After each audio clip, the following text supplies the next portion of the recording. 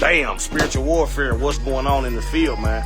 We losing a lot of real soldiers, real reputable name individuals around the world, man. We starting to see things happen that, you know, that we never seen before. We starting to see airplanes fall out of skies and the weather is acting all, you know, doing what they want to do, and we starting to like question ourselves, like, what's going on? You know, the news ain't gonna tell you a whole lot. You're really not gonna learn what you need to learn from mainstream media. But I know a place that's already telling us what's going on, giving us a full description. Bam, bam. It's called the Bible. You dig what I'm saying? Oh, let me wipe your nose with my shirt, son. I'm sorry. It's called the Bible, and this what we going through is a spiritual thing, man. We in a spiritual war, and we don't know it. And what's happening right now, it's a lot of things that we don't understand scripturally.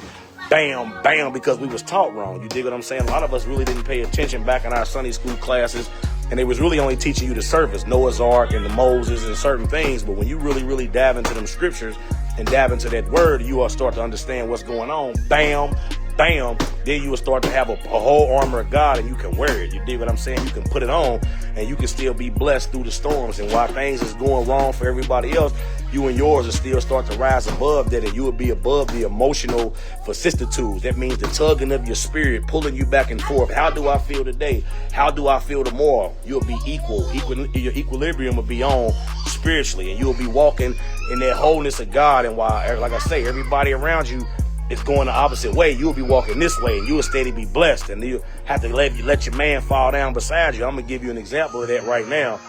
Stop it. Leave him alone. Whatever wrong with him, I'm sorry.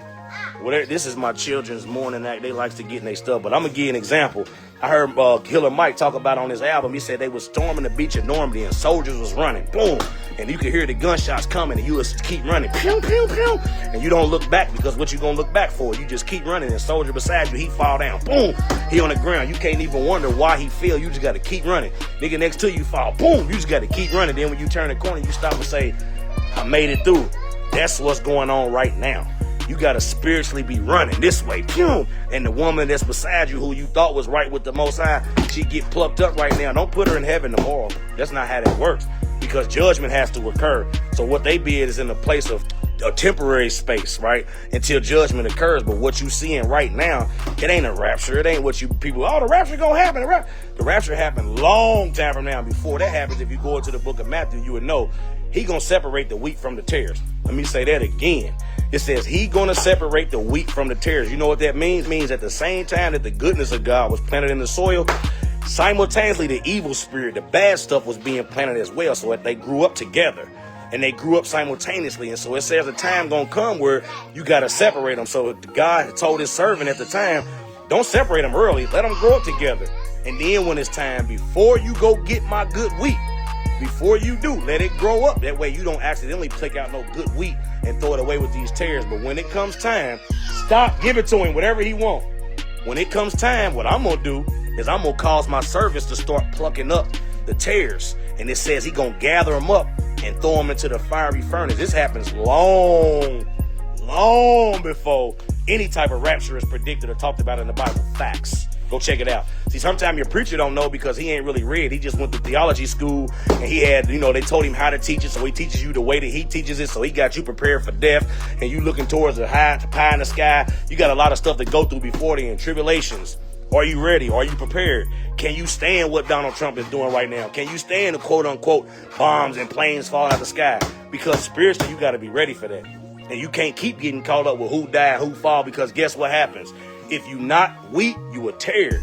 And if you're not supposed to be here during the times where you're going to be in leadership position, whether that just be leading your family as a man, leading your household, leading your kids the right direction. If you're not doing that, he plucking you up. Come on, man, I don't got no use for you, period. And then the people that's suffering because of these tears that's in the way is these kids. Look at this little girl that just died, 14 years old, face down. We still ain't heard nothing. Look at the kids that's being suffered through. Her mama left her in the crib for I don't know how many days to go chase after a man. Then we thought, oh, she's a rapper. And the dude, he's all this stuff. But these is wheat and tares. So start to learn what you looking at. And the only way you going to learn is if you know that word. If you going off what the people say on TV, if you going off what your preacher tell you, you're going to be lost. And you end up probably a wheat and don't even know it, because wheat begets wheat. If your preacher's wheat, if your father's wheat, if your OG is wheat, then you probably wheat and don't know. But if you tear because your OG was tear and your father then was tears and your mom was a tear and you a tear and don't know. So now it's time for you to figure out which side you play on, understand your role, and get on where you go. If you already been tearing and you a tear and you get plucked up, I'm not mad. Wheats, they die as well, but when you say plucked up and this happen rapidly, it's starting to happen, man, and we got to be careful. We got to be safe. We got to stay prayed up. We got to care for our kids. We got to get past our previous beefs.